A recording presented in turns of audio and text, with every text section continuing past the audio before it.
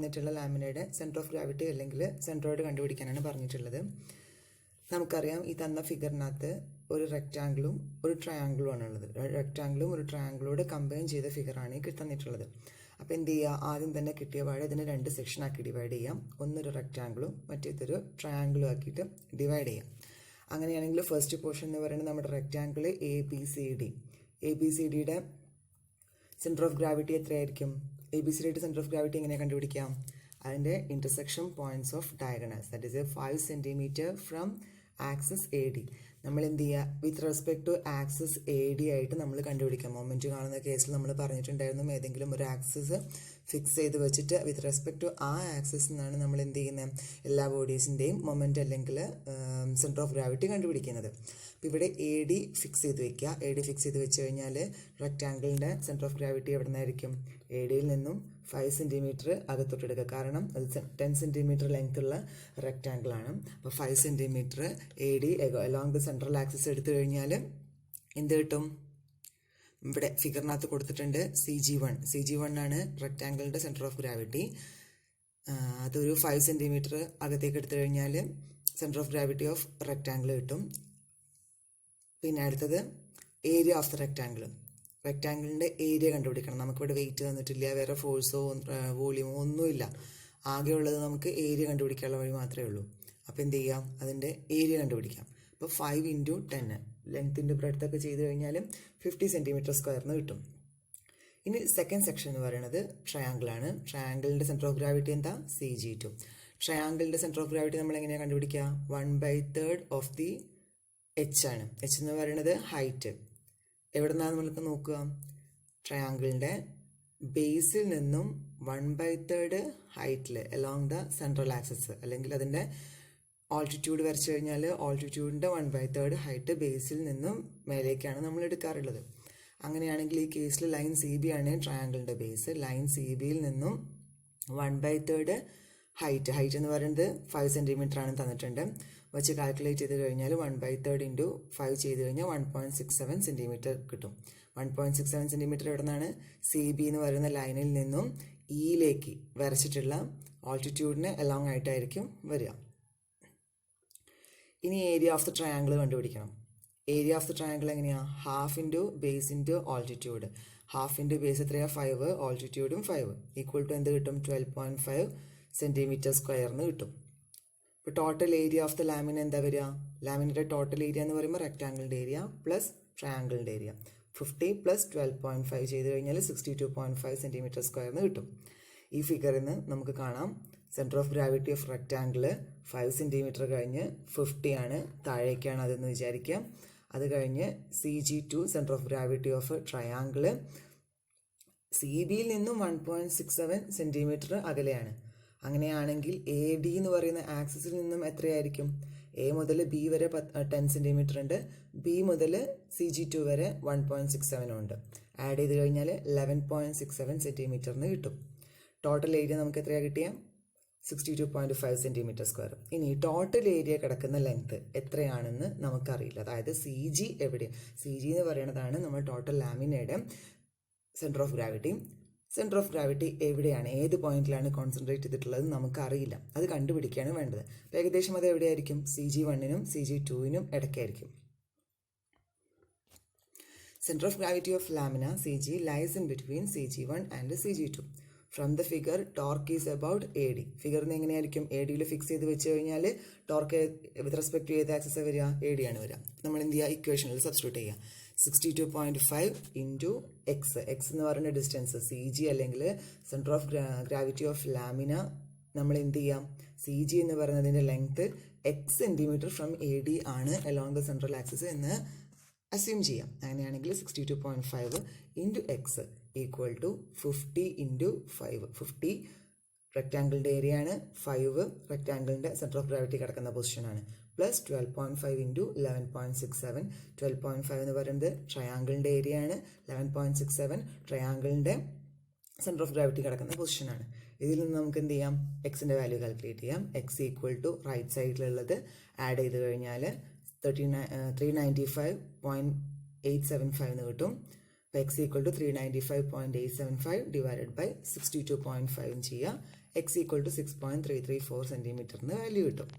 അപ്പോൾ എന്താ, എക്സിൻ്റെ വാല്യൂ എവിടെയാണ് കിടക്കുന്നത്? എക്സിൻ്റെ വാല്യൂ എ ഡിയിൽ നിന്നും 6.334 സെൻറ്റിമീറ്റർ അകലെയായിട്ടാണ്, എലോങ് ദി സെൻട്രൽ ആക്സിസ് ആണ് കിടക്കുന്നത്.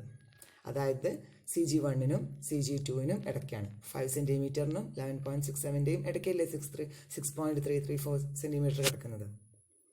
അപ്പം ഇങ്ങനെയാണ് നമുക്കൊരു ലാമിന കോമ്പോസിറ്റ് ഫിഗർ, അതായത് ഒന്നോ രണ്ടോ ഫിഗർ കൂടിയിട്ടുള്ള ഒരു ലാമിന കിട്ടിക്കഴിഞ്ഞാൽ എങ്ങനെ സെൻട്രൽ ഓഫ് ഗ്രാവിറ്റി കണ്ടുപിടിക്കുക എന്ന് പറഞ്ഞു കഴിഞ്ഞാൽ ഇതുപോലെയാണ് ചെയ്യേണ്ടത്.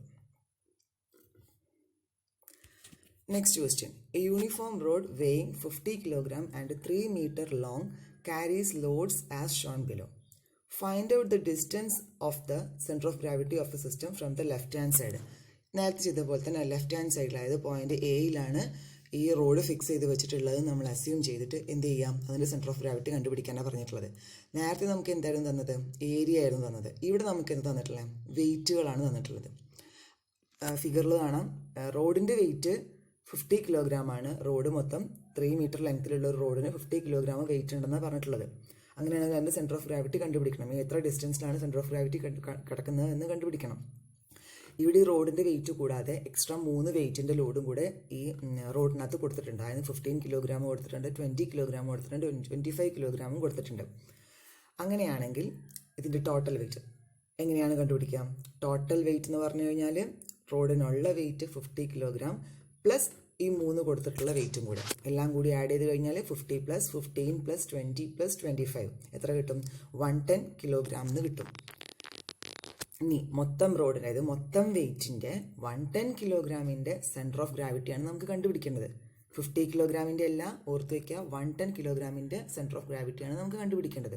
ഈ 110 കിലോഗ്രാമിൻ്റെ സെൻറ്റർ ഓഫ് ഗ്രാവിറ്റി എവിടെയായിരിക്കും കിടക്കുന്നുണ്ടാവുക നമുക്കറിയോ? അറിയില്ല. അപ്പോൾ അതിനെന്ത് ചെയ്യുക? എയിൽ നിന്നും എക്സ് ഡിസ്റ്റൻസിലാണെന്ന് അസ്യൂം ചെയ്യാം. എന്നിട്ട് നേരത്തെ ചെയ്തതുപോലെ തന്നെ ഏരിയയ്ക്ക് പകരം എന്ത് ചെയ്യുക? നമ്മുടെ മൊമെൻറ്റിൻ്റെ ഇക്വേഷൻ നമുക്കറിയാം. വിത്ത് റെസ്പെക്ട് ടു എ എന്ന് പറയുന്ന പൊസിഷനിൽ നിന്നും ടോട്ടൽ മൊമെൻറ്റ് 0 ആവണം. ടോട്ടൽ മൊമെൻറ്റ് 0 ആവുക എന്ന് പറഞ്ഞു കഴിഞ്ഞാൽ നമുക്ക് എന്ത് ചെയ്യാം?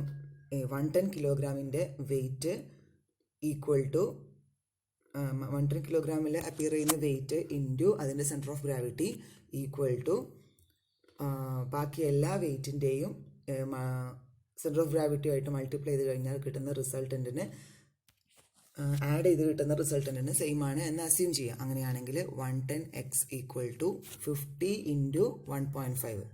50 എന്ന് പറയുന്നത് റോഡിൻ്റെ ലെങ്ത് ആണ്. 50 എന്ന് പറയുന്നത് റോഡിൻ്റെ വെയിറ്റ് ആണ്. റോഡിൻ്റെ വെയിറ്റ് മൊത്തമായിട്ടും എത്ര മീറ്ററാണ് റോഡിന് ലെങ്ത് ഉള്ളത്? 3 മീറ്റർ ആണ്. അങ്ങനെയാണെങ്കിൽ അതിൻ്റെ സെൻറ്റർ ഓഫ് ഗ്രാവിറ്റി എന്തായിരിക്കും? 3 മീറ്റർ ലെങ്ത്തുള്ള റോഡിൻ്റെ സെൻറ്റർ ഓഫ് ഗ്രാവിറ്റി എന്ന് പറയുന്നത് അതിൻ്റെ മിഡിലായിരിക്കും ഉണ്ടാവുക. അപ്പോൾ 1.5 മീറ്ററിലായിരിക്കും ഉണ്ടാവുക. 50 × 1.5 പ്ലസ് 15 കിലോഗ്രാം. 15 കിലോഗ്രാം എവിടെയാണ് കൊടുത്തിട്ടുള്ളത്? നമുക്ക് ഫിഗറിൽ തന്നിട്ടുണ്ട്. 1.75 മീറ്റർ കഴിഞ്ഞിട്ടാണ് 15 കിലോഗ്രാം കൊടുത്തിട്ടുള്ളത്. അപ്പോൾ 15 കിലോഗ്രാമിൽ 1.75 മീറ്ററിൻ്റെ അറ്റത്തായിട്ടല്ലേ 15 കിലോഗ്രാം കൊടുത്തിട്ടുള്ളത്. അപ്പോൾ 15 കിലോഗ്രാമിൻ്റെ വെയിറ്റ് എവിടെയായിരിക്കും വരിക? 1.75 മീറ്ററിലായിരിക്കും വരിക. പ്ലസ് 15 × 1.75 ചെയ്യുക. പ്ലസ് അടുത്ത വെയിറ്റ് ഏതാണ്? 20 എത്ര മീറ്റർ അകലെയാണ് കൊടുത്തിട്ടുള്ളത്? 1.75 പ്ലസ് 0.5, അതായത് 2.25 മീറ്റർ അപ്പുറമാണ് കൊടുത്തിട്ടുള്ളത്. പ്ലസ് 25 × 2.75. 25 കിലോഗ്രാം എവിടെയാണ് കൊടുത്തിട്ടുള്ളത്? 2.75 മീറ്റർ അകലെ, അതായത് 1.75 പ്ലസ് 0.5 പ്ലസ് 0.5, അങ്ങനെ 2.75 മീറ്റർ അകലെയാണ് ഏത് കൊടുത്തിട്ടുള്ളത്? 25 കിലോഗ്രാം കൊടുത്തിട്ടുള്ളത്. ഈക്വൽ ടു മൊത്തമായിട്ട് ആഡ് ചെയ്യുക. 110 × x equal to 75 plus 26.25 plus 45 plus 68.75 equal to 215 എന്ന് കിട്ടും. ഇത് നമുക്ക് എന്ത് ചെയ്യാം? എക്സ് കണ്ടുപിടിക്കാം. അതായത് centre of gravity of 110 kilogram വെയിറ്റിൻ്റെ വാല്യൂ ആണ് എക്സ്. എക്സ് എവിടെയാണ് കിടക്കുന്നത് നമുക്ക് എങ്ങനെ കണ്ടുപിടിക്കാം? X equal to 215 divided by 110 കൊടുക്കാം. വാല്യൂ എന്ത് കിട്ടും? 1.96 മീറ്റർ എവേ ഫ്രം എ എന്ന് പറയാം. അതായത് ലെഫ്റ്റ് ഹാൻഡ് സൈഡിൽ നിന്ന് 1.96 മീറ്റർ റൈറ്റിലോട്ടായിട്ടാണ് ഏത് കിടക്കുന്നുള്ളത്? നമ്മുടെ centre of gravity of the റോഡിൻ്റെ മൊത്തം വെയിറ്റും എല്ലാം കൊടുത്തിട്ടുള്ള റോഡിൻ്റെ സെൻറ്റർ ഓഫ് ഗ്രാവിറ്റി കിടക്കുന്നത് 1.96 മീറ്റർ ഫ്രം എ എന്നാണ്. ക്ലിയർ അല്ലേ? ഇനി തേർഡ് ക്വസ്റ്റ്യൻ നോക്കാം. തേർഡ് ക്വസ്റ്റ്യൻ എന്ന് പറയുമ്പം നമുക്കൊരു കോമ്പോസിറ്റ് ഫിഗറാണ് തന്നിട്ടുള്ളത്. അതായത് ഒരു മെറ്റീരിയൽ, ഇതുവരെ തന്നതെല്ലാം സെയിം മെറ്റീരിയൽ ആയിരുന്നു, ഡിഫറെൻറ്റ് ഷേപ്പ് ആണെന്നേ ഉണ്ടായിരുന്നുള്ളൂ. ഇപ്പോൾ തന്നിട്ടുള്ളത് ഒരേ ഷേപ്പ് തന്നെയാണ്, പക്ഷേ ഡിഫറെൻറ്റ് മെറ്റീരിയലാണ്. കോപ്പറും ഉണ്ട്, ബ്രാസും ഉണ്ട്. രണ്ടിൻ്റെയും, അതായത് ഒരു കോപ്പർ ക്യൂബും ഉണ്ട്, 100 മില്ലിമീറ്റർ സൈഡ്സ് ഉള്ള ഒരു കോപ്പർ ക്യൂബും അതേപോലെ തന്നെ 100 മില്ലിമീറ്റർ സൈഡ്സ് ഉള്ള ഒരു ബ്രാസ് ക്യൂബുമാണ് തന്നിട്ടുള്ളത്. ഇങ്ങനെയാണെങ്കിൽ എന്തായിരിക്കും ചേഞ്ച് വരിക? അതിൻ്റെ ഡെൻസിറ്റിയിലേക്ക് മാറ്റം വരും. രണ്ട് മെറ്റീരിയൽ ആയത് കാരണം ഡെൻസിറ്റി മാറ്റം വരും. ക്വസ്റ്റ്യൻ നോക്കാം. A copper cube of 100 millimeter side is attached to a brass cube of 100 millimeter side. 100 millimeter side ഉള്ള ഒരു കോപ്പർ ക്യൂബിനെ 100 millimeter side ഉള്ള ഒരു ബ്രാസ് ക്യൂബിലേക്ക് അറ്റാച്ച് ചെയ്ത് വെച്ചിട്ടുണ്ട്. As sketched in the figure, calculate the position of center of gravity of the composite object. Composite ഒബ്ജക്റ്റിന്റെ centre of gravity കണ്ടുപിടിക്കാൻ, centre of ഗ്രാവിറ്റിയുടെ position കണ്ടുപിടിക്കാനാണ് പറഞ്ഞിട്ടുള്ളത്. Take densities of copper and brass are 8 grams per centimeter cube and 8.9 grams per centimeter cube കോപ്പറിനും 8.5 grams per centimeter cube ബ്രാസിനുമാണെന്ന് assume ചെയ്യാം. അങ്ങനെ എടുക്കട്ടെ, values densities അങ്ങനെ എടുത്തിട്ട് പ്രോബ്ലം ചെയ്യാനാണ് പറഞ്ഞത്. Centre of gravity of total figure നമുക്ക് കണ്ടുപിടിക്കണം. ഇനി നമുക്ക് എന്താ തന്നിട്ടുള്ളത്? സൈഡ്സ് മാത്രമാണ് തന്നിട്ടുള്ളത്, ഡെൻസിറ്റിയും തന്നിട്ടുണ്ട്. സൈഡ്സും ഡെൻസിറ്റിയും തന്നിട്ടുണ്ടെങ്കിൽ എന്ത് ചെയ്യാം? ഇതിൻ്റെ മാസ് കണ്ടുപിടിക്കാം. മാസിൻ്റെ ഇക്വേഷൻ എന്താ? Mass equal to volume into ഡെൻസിറ്റിയാണ്. Mass equal to volume into density, മാറിപ്പോയത് mass equal to volume into ഡെൻസിറ്റി. മാസ് കിട്ടിക്കഴിഞ്ഞാൽ നമുക്ക് എന്ത് ചെയ്യാം? ഇതിൻ്റെ വെയിറ്റ് കണ്ടുപിടിക്കാം. വെയിറ്റ് എന്ന് പറയുന്നത് താഴേക്കുള്ള ഫോഴ്സാണ്. നമുക്ക് എന്ത് ചെയ്യാൻ പറ്റും? മൊമെൻറ്റത്തിൻ്റെ ഇക്വേഷനിൽ അപ്ലൈ ചെയ്ത് നമുക്ക് ഈ പ്രോബ്ലം ചെയ്യാൻ പറ്റും. മൊമെൻറ്റത്തിൻ്റെ ഇക്വേഷനിൽ അപ്ലൈ ചെയ്ത് ഈ പ്രോബ്ലം ചെയ്യണം എന്നുണ്ടെങ്കിൽ എന്ത് ചെയ്യണം? നമുക്ക് ആദ്യം ഇതിൻ്റെ വോളിയത്തിൽ നിന്നും മാസ് കണ്ടുപിടിക്കണം, മാസിൽ നിന്നും വെയിറ്റ് കണ്ടുപിടിക്കണം. വെയിറ്റ് എങ്ങനെയാണ് കണ്ടുപിടിക്കുക? വെയിറ്റ് എന്ന് പറഞ്ഞു കഴിഞ്ഞാൽ അതിൻ്റെ ഫോഴ്സാണ്. That is equal to mass into acceleration due to gravity. Acceleration due to ഗ്രാവിറ്റി നമ്മൾ പഠിച്ചിട്ടുണ്ട്, 8.9 മീറ്റർ പെർ സെക്കൻഡ് സ്ക്വയർ ആണ്.